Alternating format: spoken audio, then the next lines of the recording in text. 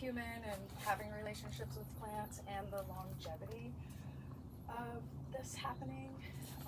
So it's really special to me to be a part of something so old and so magical and colorful and exciting.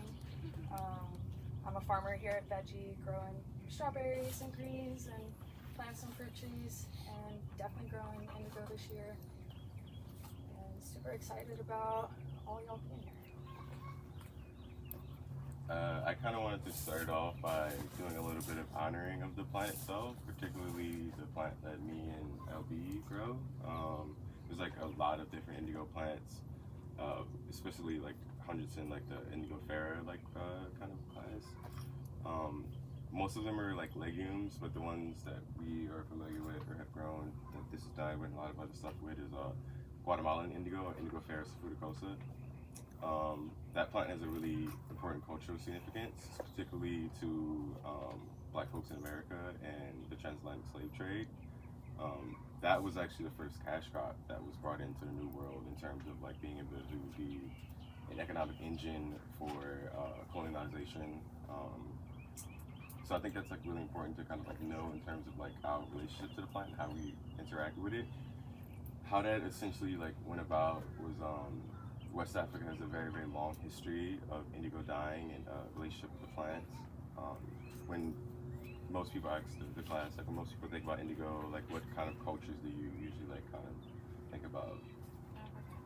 Africa, any other places? Japan. There's a lot of cultures that have like deep relationships with indigo producing plants.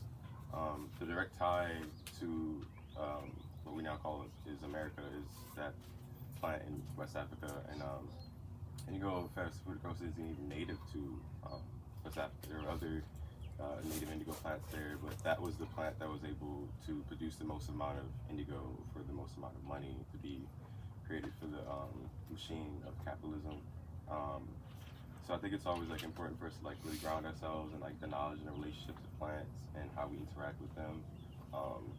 It's a beautiful plant though. It's a wonderful plant. There's so much to give, or there's so much to receive from the plants, and I think it's wonderful that everybody is like interested in like wanting to learn like how to interact with these plants. But that's just like one facet of natural dyeing. Indigo is like amazing for several reasons, but there's so many other plants that you can extract pigmentation from. Absolutely. Guatemalan indigo has cute little leaves. It's just, yeah. Do they grow real tall? Yeah, they grow tall and They grow huge, Yeah, and like I just to wanna some know. or taller, you know? I've seen them taller. I feel like not. So I've heard like so with hydrangeas, you like put like coffee grounds to change the color. Do you just like to fertilize them? Do you have to worry about this to change the color at all, or is it? Or the fertilizer changing the color of the pigmentation in the Well, plant. I was just thinking of hydrangeas, and like a friend told me to put coffee grounds, and then they turned the ugly green, and I was like, oh, the pretty pink ones on it. I don't get it. No, not Probably indigo. that's like probably a pH.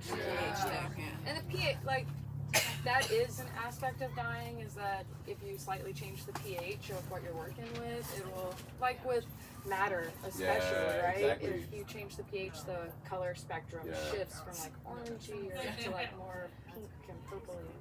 And so there's so much variation. I think that's a perfect potential. segue into like the next steps, like, or particularly like what comes after mortising. But we can maybe you want to talk a little bit about mortising. Yeah, mordanting is like the mordant is basically a salt that binds to the fabric, and then Usually like a metallic salt. a metallic salt, and then the dye binds to the mordant. So you're like, the mordant's like your toast for your butter. Yeah. You know, we want the butter, but we gotta have something to put it on. So it's like a physical I just came interaction. up with that. So good. We need the toast, which is a metallic salt. And mordant, and like the word itself means to bite. So essentially, what you are doing is you're giving a substrate for the pigmentation to actually bite into.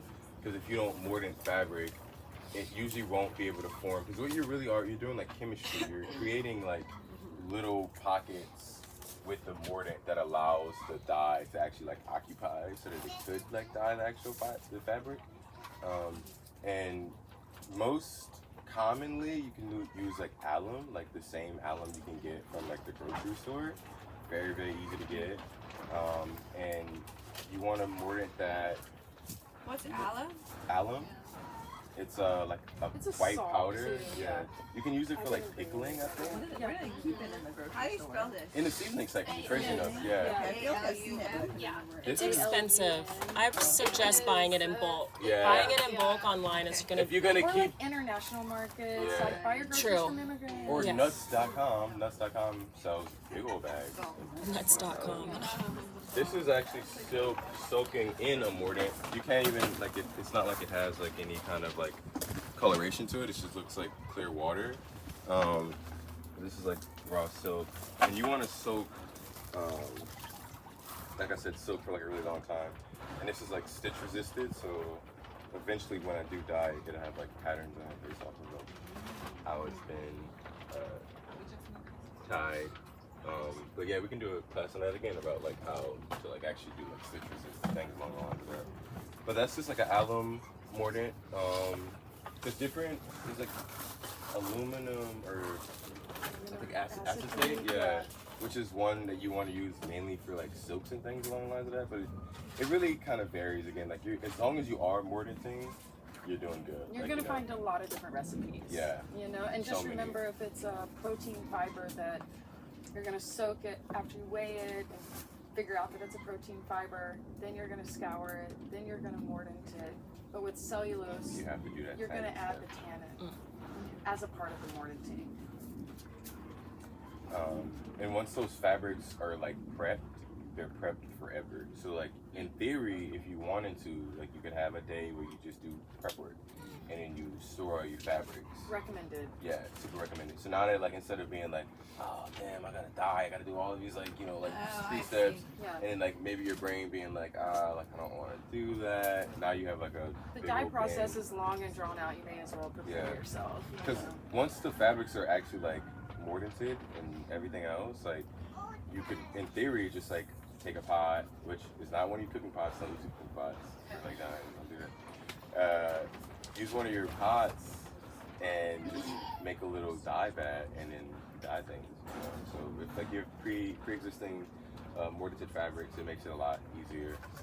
You can often reuse your mordant and your Yeah. tannin baths. You Mhm. know? It kind of makes sense to do a big batch, and then you could save it if you're like, oh, now I found these cool socks. I need to dye whatever. Fully aware of. We have his cousins stuck to our socks every day. Yeah, and we don't even think about it. But that red is significant in a lot of ways. I think there's a color called like it's like turkey red or something along the lines of that. These kind of like older colors that are what I would say like almost like swatch colors, where like it's directly from a plant. And more other plants, you can get pigmentation from black-eyed Susan, which is a native around here. And it's interesting because especially with flowers, you can get different colors based off of like petals or petals with like what's the name of a flower? Like a little cone. Like you know, like I guess cone flower is a cone because it has a little middle part. So if you like pluck that off and use just the flowers, you can get like a deeper yellow. But if you use entire like plant, you get like maybe like a gray or something along the lines of that. So it's like working with the plants, deciding like which parts of the plants that you can use. Most of the time when it's flowers, it is the petals that have the most pigmentation. And if you ever do want to grow flowers for like dye, you can pick seedlings that are more pigmented as like a seedling. So I can give an example of like a Hopi dye, like the sunflower. If you are planting them, you weed out or thin the ones that have like less pigmentation in their stems because they have less pigmentation and find a product, the actual like seeds that you use for dyeing. But there's so much plant pigmentation that is just like out and about that I feel like we're not often aware of. One of them is lichen, surprisingly, which I tell people very cautiously because I don't want people to go like to trees and start like scraping it off. Like, please don't do that. They're living. A lot of times they're very, very old, and they're also indicators of pollution. So when you see lichen growing in certain areas, it tends to be areas that are slightly less polluted, or they're just in areas that were recently polluted. So they're very important plants for, they're not even plants, so like a weird symbiotic relationship between like fungi and like strange. But you can pull actual like purple pigmentation from speckleback lichen, and it's a very like drawn out process. But I invite people that whenever there's like a storm and there's like branches that are falling when they're no longer connected to a tree, to maybe pick up those branches, harvest the lichen from that, not the trees. Funny enough, with those lichen, you can take them and take a little blade and scrape just the very first layer of them off. And if you see a white underlayer, because usually that lichen is like almost like a very light, like minty green color. But if you scrape that first layer off and put bleach on it, it should turn like red immediately. Like you're almost doing like a little test, you know, like a little litmus test, something like that. Process just a little bit, introductory. Because I think going about anything in a hurry for natural dyeing is a little bit funny. Yeah. Because it's been building for Yeah. a long time. You gotta Plants go don't grow slow. overnight. Yeah. I think it's like, definitely an opportunity to get a little bit thoughtful and maybe a little bit meticulous and meditative, you know. Because the way you set up your fabric and kind of prepare yourself really can make a big difference on your final product, you know. And it's like, at this point, just like try to slow down, because you're gonna get much better results. And we have like, I think in the outline we have like kind of a list where it's like, before you even think about dyeing any kind of fabric, you're gonna want to like spend probably like a couple days with it, or a week, you know. You're probably gonna spend like a week with this fabric before you're ready to dye it. There's so many exceptions. Indigo doesn't need this kind of process. Certain dyes don't need this kind of process, but a majority of dyes will require you to process your fabric. And so we're not trying to like overwhelm you with the complexities, but maybe just kind of like introduce you to the steps. That way you can like go rogue, deep dive. There's so many resources online, but maybe knowing where you want to start or where you want to go will help you on that deep dive. And that's another way of like really getting results that make you want to continue. If you do all the prep work, then you're able to experience like dyeing in a way that like is more fruitful to your labor, I guess you would say. Like, and a lot of that prep work is you're scouring your fabric first, which is washing, like a deep washing. You're gonna want to use like soda ash and like a neutral soap. A lot of these are like to percentages of like the weight of the fabric. For You example, gotta like weigh your fabric. and you gotta need to soak weigh it. your fabric. You know, it's like Weighed wet, so you have like the weight of fabric wet, and most fabrics need to be soaked for like a good little while, particularly silk.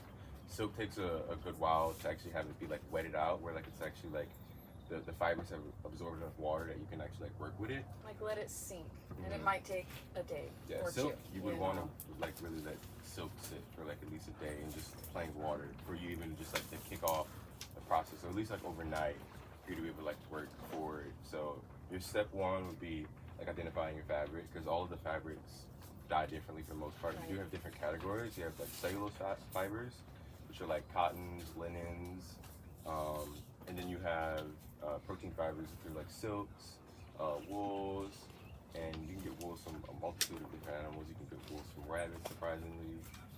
Shout out to Angora rabbits. I really want to raise them at some point. Oh, yeah.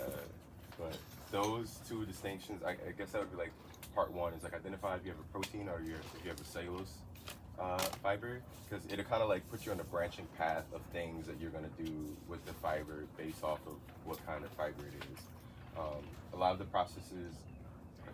When you started off, what fabric did you start off with, or which was the easiest for y'all to dye or pick up the most pigment?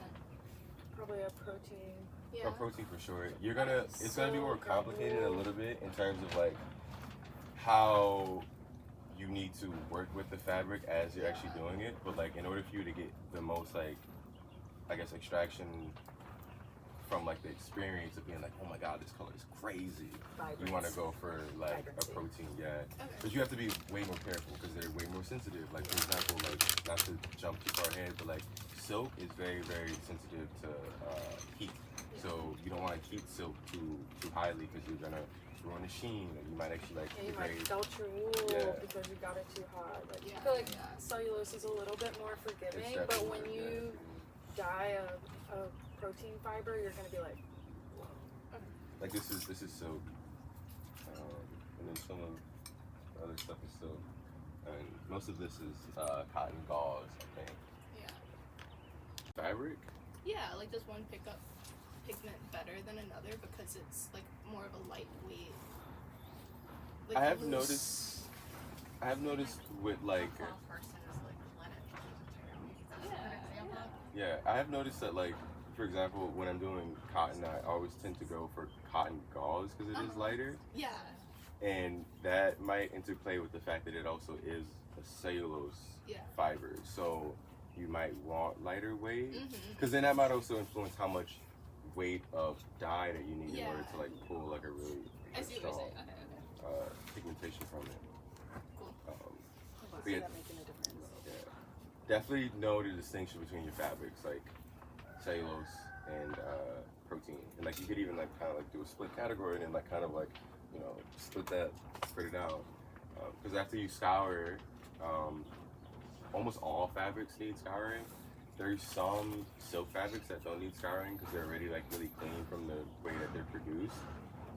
But I would just go about scouring anyways. And scour is usually 1 to 5% neutral soap weight of fiber, and soda ash anywhere between, I believe, 5 to 10% weight of fiber. But one of the major resources for like a lot of this like information that is like really like compiled in a really wonderful way is like Maiwa, which is a really awesome website that sells a lot of natural dye materials, but also like has a lot of like really nice articles on stuff along the lines of that. There's another one called, I think, Botanical Interest. Don't quote me. Botanical colors. Botanical colors, maybe? Yeah, botanical colors. Botanical colors. They have a lot of really And in-depth yeah, like really information good and info. recipes. MAIWA. A-I-W-A. Yeah, they're based They do in, a lot of indigo as well. they have a lot of resources in terms of like, if you're like, damn, I don't remember if it's 5% or 10%. Just never mind, double look it up. Once you scour, you're gonna want to rinse your fabrics. Try to keep them clean post that, because if you get them dirty, then you have to scour them again. And a lot of things that like actually do like affect the way in which you like pull like really evenly pigmented colors out of like fiber or out of plants is like removing your own like human oils from like the fiber, because that kind of like impedes like the penetration of a lot of the natural dyes, because they really are like, you have to be like really like thoughtful and kind of like careful with them as you go about it. And I think that also like puts like a spirit in whatever you're doing in terms of like how much work that you like put into doing it. So this is where I would say that like our first like kind of like branch comes off, like between like cellulose and like a protein fiber. Because once you scour things, if it's a cellulose, you want to make a tannin solution. Tannins are like mainly found in like a lot of brown materials. You can get them from leaves, particularly like oak leaves, like brown oak leaves. It's like an astringency. Mm-hmm. Anytime you go to like the swamp where you see like remember we were at Chico and the water was like brown, yeah. And we were like, wow, I think that this is maybe how people realize that, you know, like maybe you're wearing something that's like natural fiber and you walk through the swamp and you're like, whoa, Get in the like, river when yeah. the leaves are in it, you know. And then that's, you know, maybe one of the ways in which our ancestors like initiated the response to be like, I think I can work with these things. So anytime, you go to the swamp again, you see brown water, don't be like, it's dirty, it's nasty, which it might be a little dirty, but like also, it's probably just tannins that are like from the wonderful leaves that are falling into the water. So with cellulose fibers, you're gonna wanna tan the fibers the same way in which you would tan like a hide for like leather. You can almost, there's a lot of crossover in terms of like what you're doing. Certainly like you would probably want less of a concentration of tannins for like actual like fine fabrics as you would like maybe like a skin. But also those like websites that me and LB listed also sell like tannins. But I would also encourage you to try to like forge your own. Like Yeah, I we have have a these oak they're cloth gloves. everywhere. These are everywhere, and it's like super tannin rich. They're a concentration of You can pass it around if you want to. tannins within oak usually, or other. I think it's other like trees as well, but particularly I see them on oaks because there's a wasp that lays like a little egg in like the branches, and then the oak tree will envelop that with like a really hard layer of like basically concentrated wood that has concentrated tannic acid in it. And it's like protective. The astringency of it is a protection. They might be like related, but I think that is probably like a different process of like its production. Like the tannins in wine are probably a little bit different like than ones you get from like cheese and things along the line of that. But I'm not fully sure. That's a really good question though. I was saying there are clear tannins and there are brown tannins, and that's another thing where like to be aware of this so that you know what the outcome of your actual final product will be. So like a clear tannin will take a white fabric that you've scoured and will preserve most of its like whiteness. A brown tannin, it'll be like a really beautiful, rich kind of like mocha kind of color. Like this is just straight tannin here, and that's a brown tannin. So that's why it looks like it's dyed with. And technically, it is dyed because you could just dye fabric with tannins alone and not do anything else. Is there like a process by which to extract the tannins to make it super concentrated? Like That's for a really good example, I question. have a pecan tree. So if I have like a pecan tree, would I have to like gather all the pecans, boil them, make them into a reduction, and then use it? Or could I just use the straight raw pecans? I would do just the shells because the actual nuts taste so good. Gotta eat them. Gotta eat them. But I usually like I have a bucket of tannin like in my backyard. It's been here for like 3 years, and like I just add leaves to it, and it's like syrup from just it like sitting for so long. So I would say that either like time or like heating and then like kind of like extracting and then like letting cool. Okay. But that's like more when you're like foraging your tannins.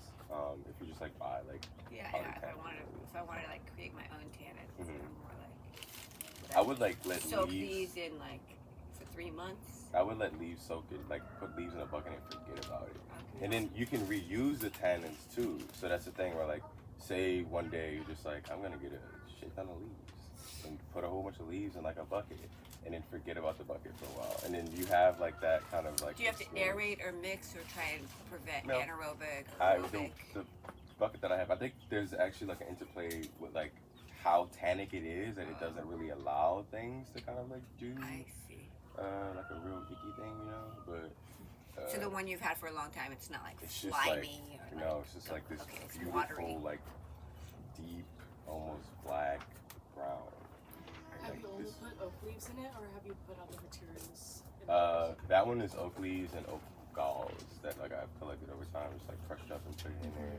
Do different tannin materials like make? I know, like you say, like the clear and the brown, but is there like variation between the brown? Like Yeah, in terms of if like you were like using the tea colors. bags Yeah. or if you were using oak, yeah, I think everything's gonna, eventually look different. You know, it's like if you use different amounts of tannic acid or different amounts of mortarting or different processes of scouring. And this is something that, could be really fun in the end, because you can get really different results by doing things slightly different, you know? And take notes, please Take notes. 'Cause notes what better did, than I do, yeah, I did. My notes are like, Oh I my God. guessed, and then I go back to read my notes, I'm like, that's not helpful. Or like there's like no notes at all, and you like do something one time, and you're like, I don't know how to do that again. So like, I guess like in a way, it's like if people bake or have like done projects like that, Yeah. like you want to be like super meticulous. Like your jar says this percentage of weight of fiber, and then like take pictures or like XYZ. And it's or, like gardening too, to an extent. I mean, you can try your best to recreate a certain situation, and good luck. I don't know. I'm ready for all y'all to be like our collaborators and like teach us stuff. Yeah, for sure. So The difference between using a mordant or a tannin, I guess, is one more prepping a specific fabric, or like what's kind of the need both for Cellulose, cellulose yeah. fibers. So cellulose is usually like a 3-step before you dye, and then like with some proteins you can go just our mordant dye. But there is that 3rd step. For cellulose. I think we had another question over here in the front. Yeah, I was gonna ask, what is a clear tannin? I haven't worked with many clear tannins, so I don't remember much of them. But Myra store sells clear tannins, and they definitely have a lot of them. I tend to lean towards like brown tannins because I just like that color and I like the way it interplays once you like over dye it. Yeah, unfortunately, I don't work with much of it. That it's like 100% like a natural fiber, not even like percentage. You could maybe slide with a little 5% Poly, there, poly. a little poly. But You if don't you're really gonna want do it, but if you're gonna do it, Yeah. yeah. If you're gonna do it, just go Like straight. you're spending all this time, it's kind of like I Yeah. make my own jam, and I want Yeah. the best strawberries. So I go to Heather at the farmer's Yes. market. She Right. has the best strawberries. And you're putting your time and your love. You might as well get the best materials for it, Right. even if it doesn't. Yeah. Mullen, and it goes cute little leaves. It's just Do it's they a grow beautiful real plant. tall? Yeah, they grow tall as They grow huge Yeah, in I like just the wanna summer. know. or taller. You Yeah. know, I've seen them taller. I feel like not. So I've heard like so with hydrangea, you like put like coffee grounds, change the color. Do you just like to fertilize them? Do you have to worry about this to change the color at all, or is it? Or the fertilizer changing the color of the pigmentation in the Well, plant. I was just thinking of hydrangeas, and like a friend told me to put coffee grounds, and then they turned the ugly green, and I was like, oh, I have the pretty pink ones on it. I don't get it. No, not Probably that that's like indigo. probably a pH. pH, Yeah. And the pH, like, that is an aspect of dyeing, is that if you slightly change the pH of what you're working with, it will, like with matter especially, Yeah, right? exactly. If you change the pH, the color spectrum Yeah. shifts from like orangey or to like more pink and purpley. And so there's so much variation. I think that's a perfect potential. segue into like the next steps, like or particularly like what comes after mordanting. But we can maybe Yeah. talk a little bit about mordanting. Yeah, mordanting is like the mordant is basically a salt that binds to the fabric, and then It's usually like a metallic salt. a metallic Yeah. salt, and then the dye binds to the mordant. So you're like, the mordant's like your toast for your butter. Yeah. You know, we want the butter, but we gotta have something to put it on. So it's like a physical I just came interaction. up with that. So good. I really- We need the toast, which is a metallic salt. And mordant and like the word itself means to bite. So essentially what you are doing is you're giving a substrate for the pigmentation to actually bite into. Because if you don't mordant fabric, it usually won't be able to form. Because what you really are, you're doing like chemistry. You're creating like little pockets with the mordant that allows the dye to actually like occupy so that it could like dye the actual the fabric. And most commonly you can use like alum, like the same alum you can get from like the grocery store. Very, very easy to get. And you want to mordant that What's alum? alum. It's like It's a white salt, powder. too, Yeah. yeah. You can use it for I like didn't agree pickling, I think. Where do they keep it in the grocery store? How do you spell this? In the seasoning section, crazy enough. Yeah. Yeah. I feel like I've seen it. but- Yeah. It's This is- expensive. I suggest buying it in bulk. Yeah. Buying it in bulk online is gonna If you're gonna Or keep like international markets, Yeah. like buy your groceries True. from immigrants. or Yes. nuts.com. Nuts.com sells big old bags. nuts.com. This is actually still soaking in a mordant. You can't even like it's not like it has like any kind of like coloration to it. It just looks like clear water. This is like raw silk, and you want to soak, like I said, soak for like a really long time. And this is like stitch resisted, so eventually when I do dye, it'll have like patterns on it based off of like how it's been tied. But yeah, we can do a class on that again about like how to like actually do like stitch resistant things along the lines of that. But that's just like an alum mordant. There's different. There's like aluminum or I think acetate. Yeah. which is one that you want to use mainly for like silks and things along the lines of that. But it really kind of varies again. Like as long as you are mordanting, you're doing good. You're like, gonna you know. find a lot of different recipes. Yeah. You know, and So just many. remember if it's a protein fiber that you're gonna soak it after you weigh it and figure out that it's a protein fiber, then you're gonna scour it, then you're gonna mordant it. But with cellulose, You have to do that. you're gonna tannin add step. the tannin as a part of the mordanting. And once those fabrics are like prepped, they're prepped forever. So like in theory, if you wanted to, like you could have a day where you just do prep work and then you store all your fabrics. Recommended. Yeah, super recommended. So now that like instead of being like, oh damn, I gotta dye, I gotta do all of these like, you know, like Oh, 3 I steps. see. Yeah. And then like maybe your brain being like, like I don't wanna do that. Now you have like a The big dye old process bin. is long and drawn out. You may as well prepare Yeah. yourself. you Because know. once the fabrics are actually like mordanted and everything else, like you could, in theory, just like take a pot, which is not one of your cooking pots. Don't use your cooking pots. It's like, nah, don't do that. Use one of your pots and just make a little dye vat and then dye things. You know? So with like your pre-existing mordanted fabrics, it makes it a lot easier. You can often reuse your mordant and your Yeah. tannin baths. You know? It kind of makes sense to do a big batch, and then you could save it if you're like, oh, now I found these cool socks. I'm gonna dye whatever. What is the shelf life of dye vats and Good question. I don't think these go bad at all.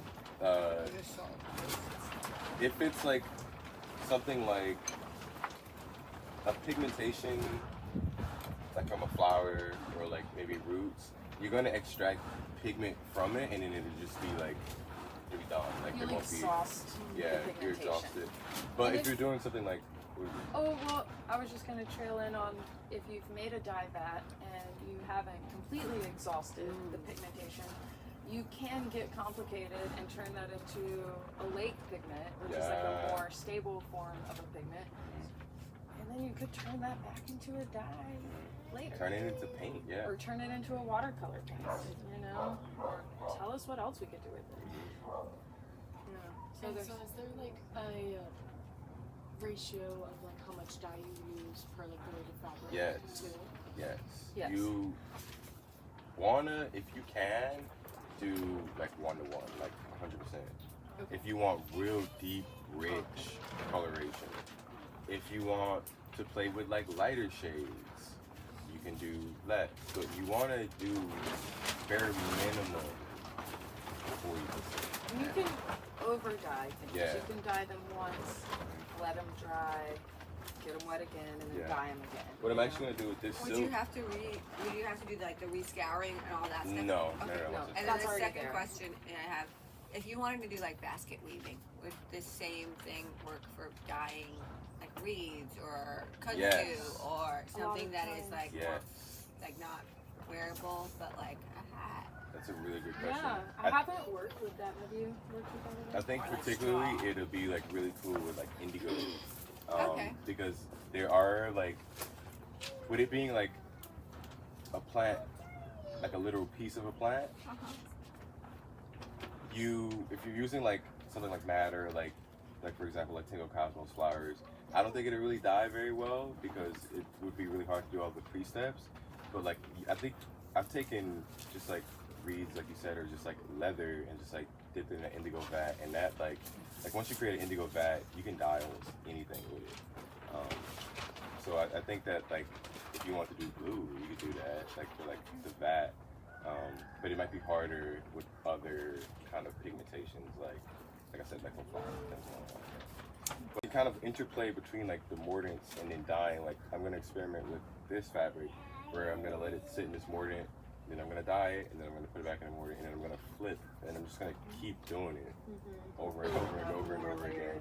Yeah, because another thing you can use is you can use soy milk, and I know that you have some experience doing that, but you can use soy milk to make a cellulose act like a protein fiber, where the soy milk will bind to the cellulose and it'll basically have the cellulose treat or take treatment like it would be a protein fiber. So I'm gonna experiment a lot with that in terms of like layering colors so that they're richer and like have more of a depth. And there's also like different mordants or like shifts that you can do once you've like dyed them in order to like change coloration once they've been dyed. Like you can take a fabric that you had dyed previously, wet it again, and then maybe add some iron to the vat or like whatever you make, and it'll like deepen the color and maybe shift it to more like a burgundy if it's red or something along the lines of that, and it'll get more like, I wouldn't say muddled, but deeper in coloration. In terms of soy milk, so once you use the fabric, you put it in the soy milk, you let it sit, because you have to let it sit in soy milk for like kind of like more than 2 hours, right? And then you pull it out. Do you wash it, or because I know if you let your fabric with soy milk sit, it stinks. So like, is there a process that you've specifically played with? I guess I'll be.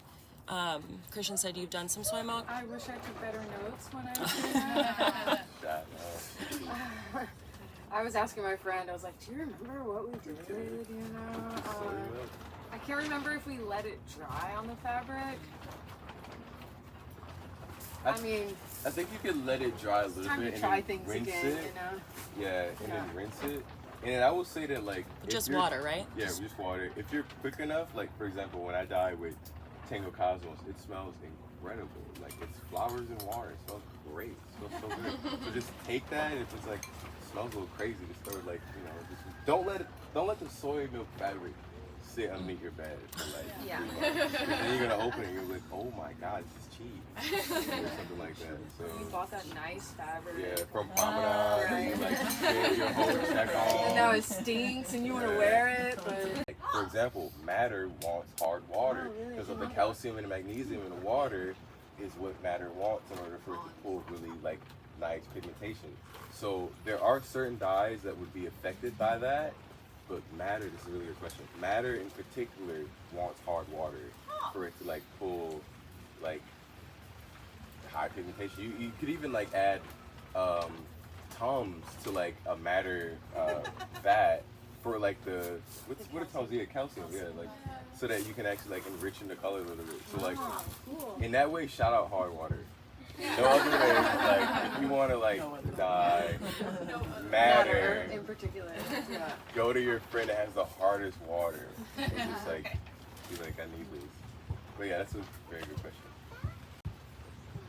A really, really huge world that is much, much older than us, and there's a lot of knowledge that is like pre-existing knowledge that literally just came about from people messing about with plants and forming relationships with them. I think even here we're just like scratching the surface. Yeah, we're totally scratching the surface. But I hope that it's like enough to like keep interest, to like maybe want to come back to another class, like maybe want to have like an active engaging workshop where we're actually like working on things, you know? Yeah, get some fabric prepared and start doing some of this stuff together. Like give y'all homework to like actually like scour and mortar and tan some fabric. That is your and homework. bring that. Just save up for that nice stuff. Like, get a big old Kubota and like direct seed a whole bunch of indigo. I'm gonna like transplant it out. Do you find any like natural pests around the indigo, or have you noticed any? I have not. Is there like indigo worm beetle or So something? far, so good. That's a good question. I did have a little like fly beetles on my Japanese indigo earlier in the spring. Because they are also more like tenderly. They're more tender. Yeah. But that small, that Guatemalan indigo is like, it's a tough plant. I mean, I would say one part of the process that has taught me a lot is that even if you come up with like an ephemeral dye to maybe appreciate it, you know, like not everything lasts, you know. And so I've definitely learned that it's good to keep notes. Is that like a strong suit of mine? No, but it really helps, you know. It's really helpful, and especially with the indigo, I have like a special notebook that I'm just like dedicated and to keeping notes, because we're gonna continue learning about this and having different experiences every time, and then we can meet each other on it if we know what we did to get there. You know, I've learned so much from Christian just by like writing down things he's telling me on the sidewalk while we're drinking coffee in front of ponds. You know, it's like I've learned so much from my community here as far as people working with indigo, people dying indigo, people growing indigo, and so I'm happy to be a part of it. When I started doing natural dyes, like it was literally like with an old Coleman stove that like my grandma gave me, like fire and like a pot, and I didn't take any notes. I didn't do any kind of like really thoughtful preparation, but because I did that, it like literally opened so much of all the doors of me being like, well, what if I did do this? What if I did take these notes? What if I kind of like push the boundaries of like understanding what are my next steps? So I would invite you to fail. I would invite you to like, maybe not in your expensive fabrics, but I would invite you to get little swatches and like just mess about with swatches, and then maybe like try to up the weight of whatever you're using to morden or like reduce it and like mess about with that. Yeah, enjoy it, you know. Yeah, it's play in most times, you know, like it's not like somebody's like, you need to dye this fabric tomorrow. Like, It's science, but coming it's for you. fun. Like, just take your time, respect the plants, respect the history. If you can, go to Whitney Plantation. Whitney Plantation actually has a really incredible story, or like kind of telling of the story of indigo directly on that plantation. Whitney Plantation was one of the major producers of indigo, particularly in the New World. But they've been honoring that plant. So go into it with the thought of, I'm relating to this plant, I'm honoring this plant, and it'll be able to give me joy in my ability to like work with it and learn from it, and just kind of like surrender to the fact that nothing is like forever, everything is ephemeral. So even when you do dye something and it's beautiful, who knows what it'll look like, you know, years from now. But like, just appreciate that what you have now in front of you is something that is important to you, and it's something that you actively like had a hand in like creating. Yeah, in connection with plants and aliveness, you know. Just an opportunity.